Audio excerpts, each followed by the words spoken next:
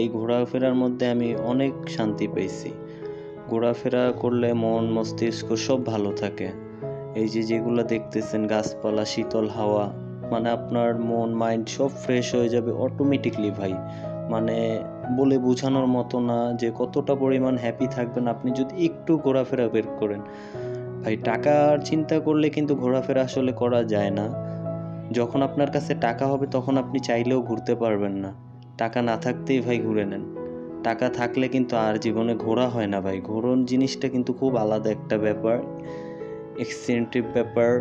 এই যে দেখতেছেন কত গাছপালা, মানুষ বসে আছে, কত শত মানুষ এই টিএসসি সোহরাওয়ার্দী উদ্যানের মধ্যে প্রতিনিয়ত আসে যায়। আমি এই যে এইখান থেকে নেমে একটা পাহাড় ফিলও নিয়ে নিলাম, কিন্তু আসলেও এটা পাহাড় না, এটা হচ্ছে একটা ঢালু জায়গা টিএসসির মধ্যে। মানে জোস একটা ব্যাপার স্যাপার আছে, মানে দেখলে আপনারা নিজের স্বচক্ষে দেখলে বুঝতে। এখন বর্তমানে রয়েছে শহীদ সোহরাওয়ার্দী উদ্যানের মাঠ প্রাঙ্গণে। যে আমার পিছনে যেটা রয়েছে এটাই হচ্ছে শহীদ সোহরাওয়ার্দী উদ্যানের মাঠ। ওয়েল হচ্ছে এখন আমরা যাব হচ্ছে মূল যে ফটকে, সেই ফটকে আমরা আপনাদের দেখানোর চেষ্টা করব। ওয়েল আমি এখন আছি মাঠ প্রাঙ্গণে। যে আমার পিছনে সব হচ্ছে গাছপালা এবং মাঠ। জাদুঘর যেটা, সেটা হচ্ছে আমার অপোজিট অপশনে রয়েছে।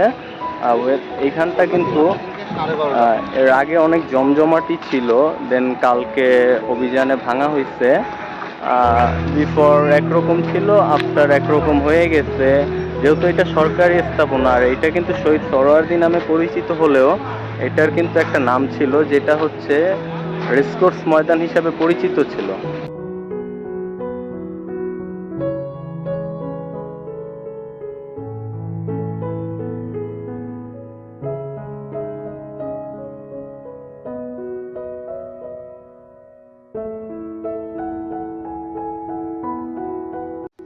স্ক্রিনে এখন যেটা দেখতেছেন এইটা আসলে এরকম না।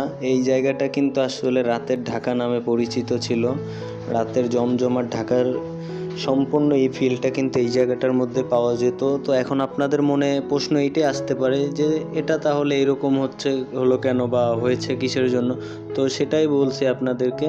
গতকালকে এখানে একটা সরকারি অভিযান হয়, যেহেতু এই স্থাপনাগুলো সরকারি ছিল, একটা পার্ক ভ্যালি, তো সেখানে অবৈধ স্থাপনাগুলো কালকে উচ্ছেদ করা হয়েছে, ড্রেজার দিয়ে ভেঙে ফেলা হয়েছে। তো সেই কারণে কোনো হকারি আজকে আর দোকান দেয়নি, সবার দোকানপাট সবাই তুলে নিয়ে চলে গেছে। আর পরিবেশটাও এত সুন্দর লাগছে, না হলে দোকানপাট থাকলে জায়গাটা সুন্দর লাগে দেখতে, কিন্তু অতটা ভালো আবার দেখতে লাগে না। তো ভিডিওটা ভালো লাগলে শেয়ার করে দেবেন, লাইক কমেন্ট সাবস্ক্রাইব করে দেবেন। ধন্যবাদ।